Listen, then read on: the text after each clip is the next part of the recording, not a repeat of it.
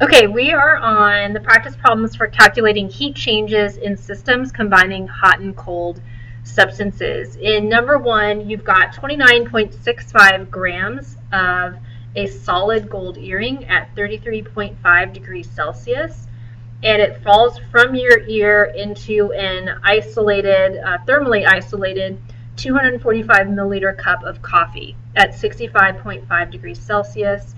And we're going to figure out the final temperature of the earring and the coffee when they reach the same temperature, which is thermal equilibrium. Okay, so that means you're going to take MC delta T of the gold earring, and you're going to set that equal to the negative MC delta T of the hot cup of coffee, because the coffee is going to have this, it's going to be releasing heat that's going to the gold earring. And so that's why you have the negative in front of the MC delta T for the coffee. The mass of your earring was 29.65 grams. The specific heat of gold is 0.129 joules per grams times degrees Celsius. The temperature change is T final minus T initial. We don't know the final temperature, so we leave T final in the equation. The initial temperature of the gold earring was 33.5 degrees Celsius. Set that equal to the negative mass of the coffee, which is 245 grams. Remember, they gave us 245 milliliters. Milliliters is the same thing as grams. And then you use the specific heat capacity for water, which is 4.18 joules per gram times degrees Celsius, because coffee is made with water. And then we don't know the final temperature, but we do know that the initial temperature is 65.5 degrees Celsius for the coffee. Multiply 29.65 times 0.129, and then distribute that to T final, which is how I got this term here, which is 3.82 times T final. And then these two multiplied together with the negative 33.5 gives you negative 128. So I distributed this quantity here and then here, and that's how I got this. Now, if you multiply this mass of coffee by the specific heat capacity of water times T final, you get negative 1024 times T final, and then you multiply these two by negative 65.5 degrees Celsius, and you get a positive 67072. I left units out just for simplicity purposes. Add 1024 T final to the other side with 3.82, and you end up with 1027.82 times T final.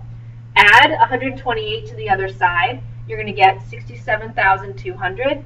Divide both sides by 1027.82, so you get T final alone. You're going to end up with 65.4 degrees Celsius as the final temperature. Okay?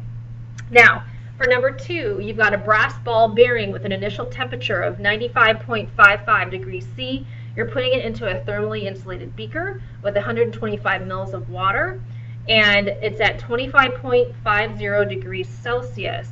At thermal equilibrium, they also want to know what the mass is of the, their final temperature is 26.55 degrees Celsius at thermal equilibrium. They want to know the mass of the brass ball bearing.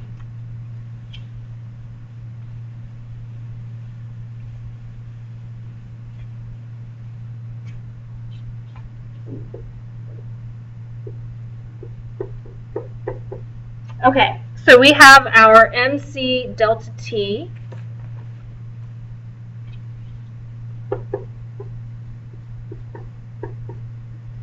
And we're looking for the brass ball bearing was initially at a higher temperature than the water. So we're going to put a negative in front of its MC delta T. Okay? And if we're solving for mass, you leave that variable in, and you're going to get 0.380 for your specific heat capacity of brass. And then your final temperature was 26.55. Your initial temperature was 95.55. And then the mass of water is 125 grams because they gave you 125 milliliters. And grams equals milliliters. Your specific heat capacity of water is 4.18, and then your temperature difference is 26.55 minus 20.50. So this is your final minus your initial temperature. All right, if you multiply all of this out after doing the subtraction step, you're going to end up with, this will be a negative number, and then I'm going to cancel that negative out with this negative in front of the mass. So it's mass times 26.22, and I'm leaving out units for simplicity purposes. Do the subtraction step, multiply by these two, and you're going to get 3161.125. Divide both sides by 26.22. You're going to end up with a mass of 121 grams. Okay? And for the third question in this practice set, we're just going to go ahead and throw it out. It's kind of lengthy, and I just don't think it's something that we need to take a look at.